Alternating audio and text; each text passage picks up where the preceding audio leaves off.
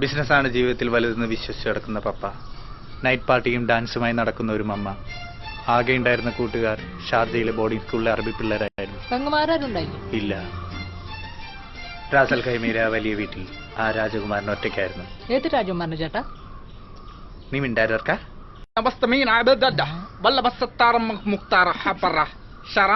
ഇതെന്താണ് പറയുന്നത്? അറബിക്ക് അറിയാൻ തോന്നുന്നുണ്ട്. സച്ചിൻ ടെണ്ടുൽക്കർ.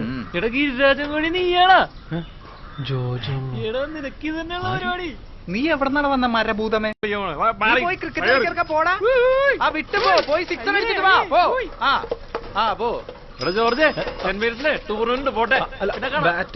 നമ്മൾ എവിടെ നിർത്തിയ? ഷാർജ ക്രിക്കറ്റ് സ്റ്റേഡിയത്തിൽ ഫുട്ബോൾ കളിച്ചുകൊണ്ടിരുന്ന ഞാൻ, എന്റെ അറബി ഫ്രണ്ട്സ് അപ്പോൾ എന്നോട് ചോദിച്ചു,